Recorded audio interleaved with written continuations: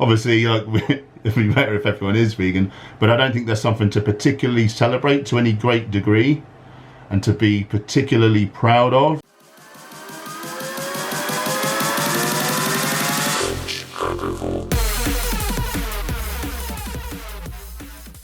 Okay, so you didn't want to go to any saves a short while ago. Why was that? So number one, my channel is trying to appeal to guys, particularly non-vegans. And I thought it would be detrimental to my channel and my message. I think it would put those sort of people off if they see like me getting upset. And also for my own mental health, I always avoided watching the footage of cruelty. And then one time at an Earthlings event, I went and watched the film because no one was coming over from the public. So I tried to get a crowd to come over by being the first one standing there. And it really haunted me, and I had a terrible experience in the night, waking up with feelings of dread and despair from the animal. So I felt like I already got it, and I didn't need to go to I'd made that connection, and I was quite scared for my mental kind of well-being, really. Okay, so you obviously did end up going. What changed? So when it came down to it, and then it was right on my doorstep, the first Norfolk one, I felt I wanted to promote it. Obviously we need people to get active more quickly. The quicker people do things, the quicker it's going to take off and we'll have a vegan majority. So I promoted it, and then I thought, if I'm promoting this, it's a bit weak of me, I felt obliged to go and be a part of it. So how did the day go? I was really pleasantly surprised. There was a good sort of connection between the security from the slaughterhouse and us. They were quite accommodating. When we wanted the toilet, one would escort us to the security office so we could use the toilet. There was no anonymity there, so I had some nice conversations with the guards and things, and police as well equally. They were nice to talk to. It was all very peaceful, and I was really impressed.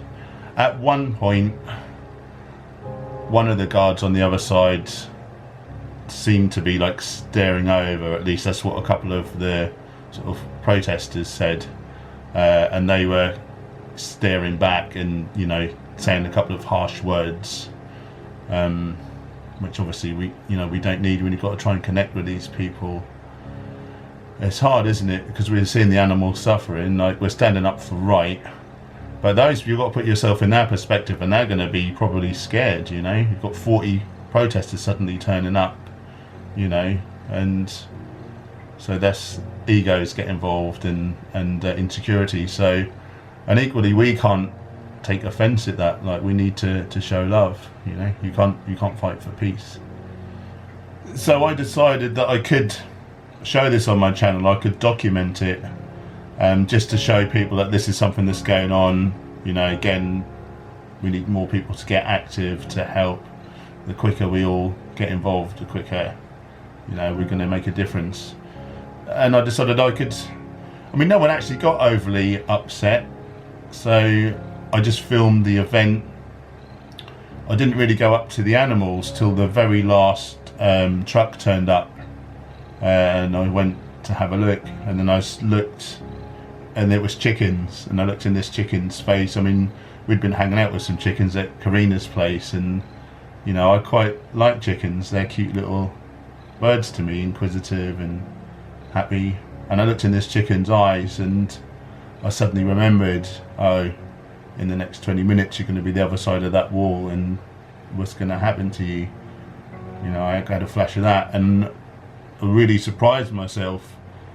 I got a real feeling of rage came over me. I felt my fists clenched, I wanted to kind of lash out to do something. Happily that quickly passed. I had control of myself. I didn't do anything silly. So that was a sort of a negative feeling, but actually I quite liked it in a way, because I thought to myself, although this is this is a bird, it's not it's not a cat or dog, or it's not a monkey, it doesn't look like a human. I still had that same anger come over me, so in a way that felt sort of quite good. Kind of felt like I'd undone some of my social conditioning and some of my speciesism. So what do you think the animal saves are trying to achieve? Number one, I think, show the world actually what is going on. So obviously we're filming, we're taking photos, we're doing live streams. Although they tried to not let us see too well into the lorries, they kept their sort of mesh sides down. Their excuse was, oh, we don't want the turkeys to get cold, you know, even though they're going to cut their heads off in a minute. One of the activists, Eleanor, she managed to get her iPhone under the flap and to film like the bottom of the truck, and there was blood everywhere. You know, these animals are really hurt before they even come to the abattoir. Number two is kind of a feeling that of a vigil, like you're trying to show them love, you know, show them that not all humans are cruel and that, you know, they are loved as well. And number three, you know, imagine, you know, at this time there was 40 of us, which is a really good start, you know.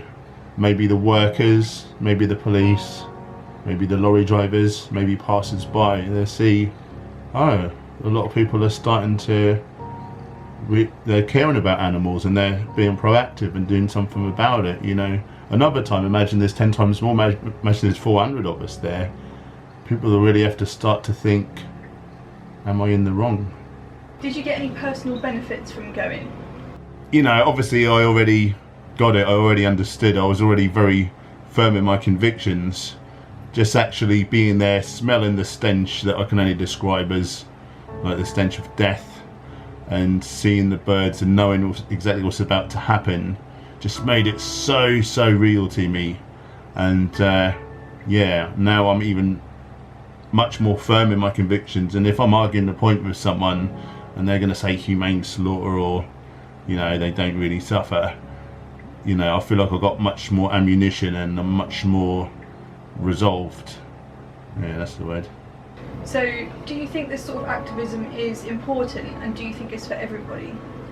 I think these animal saves are hugely important. I'd like to see them grow really quickly. Of course, you know, a lot of people, I was concerned for myself, and I like to think I'm quite, you know, a tough guy. I can handle that stuff. I think unless someone, you know, has real issues with sort of depression and anxiety and things, you know, and if they heard, say it was pigs like screaming for their lives, you know, that might have a really quite a detrimental effect on them. So maybe like not so much for those people, but for the masses, I think people will be very surprised how well they do cope. And, you know, if people are not an activist yet, maybe they do need to go, you know. We went vegan because we don't want to see harm done to animals.